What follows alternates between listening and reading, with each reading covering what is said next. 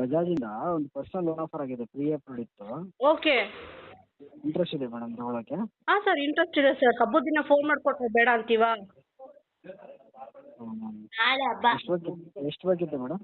ಏನು ಸರ್? ಎಷ್ಟು ಬೇಕಿತ್ತು ಮೇಡಮ್ ಲೋನ್ ನಿಮಗೆ? ನೀವು ಎಷ್ಟು ಕೊಟ್ಟರು ಸರಿ ಸರ್, ಎಷ್ಟು ಕೊಟ್ಟರು ಸಂತೋಷನೇ. ಹಾಂ ಮೇಡಮ್, ಒಂದು ನಿಮಿಷ ಹ್ಞೂ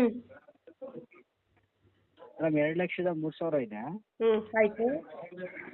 ಓಕೆ, ಇದೇ ನಂಬರು. ಆಧಾರ್, ಪ್ಯಾನು, ನಿಮ್ಮ ಫೋಟೋ ಕಳಿಸ್ಬೇಕಾಗುತ್ತೆ. ಏನು ಮಾಡಲಿ, ಏನೋ ಒಂದು 20 ಲಕ್ಷ 30 ಲಕ್ಷ ಕೊಟ್ಟರೆ ಅಟ್ಲೀಸ್ಟ್ ಒಂದು ತಾಜ್ ಮಹಲ್ ಕಟ್ಕೋಬೋದು. ಇದು 2 ಲಕ್ಷ ಬೇಡವಾ? 2 ಲಕ್ಷ ಬೇಡವಾ?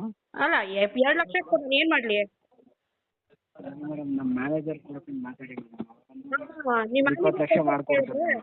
20 ಲಕ್ಷ ಬೇಕಿತ್ತು. ಹಲೋ ಹಲೋ ಮ್ಯಾಮ್, ಏನು ವರ್ಕಿಂಗ್ ನಿಮ್ಮದು? ನಾನು ಕೆಲಸ ಮಾಡ್ತಿಲ್ಲ ನಾನು.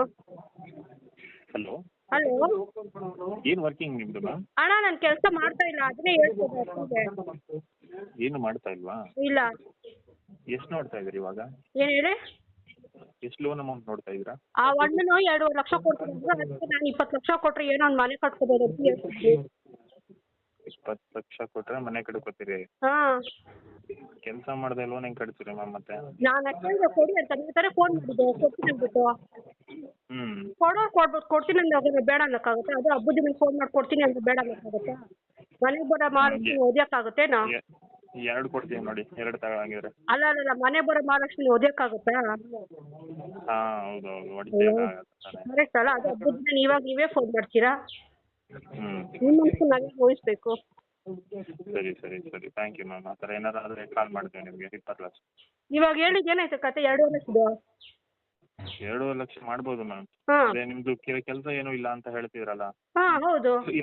ಸ್ವಂತ ಮನೆನಾ ಬಾಡಿಗೆ ಮನೆನಾ ಇರೋಂಥದ್ದು? ಅಯ್ಯೋ ಅಪ್ಪ, ಇರೋದೇ ಬಾಡಿಗೆ ಮನೆಯಲ್ಲಿ. ನೀನು ಸ್ವಂತ ಮನೆ ಅಂತ ಇದ್ರೆ ನಾನು ಯಾಕೆ ಹಿಂಗಿರ್ತಿದ್ದೆ?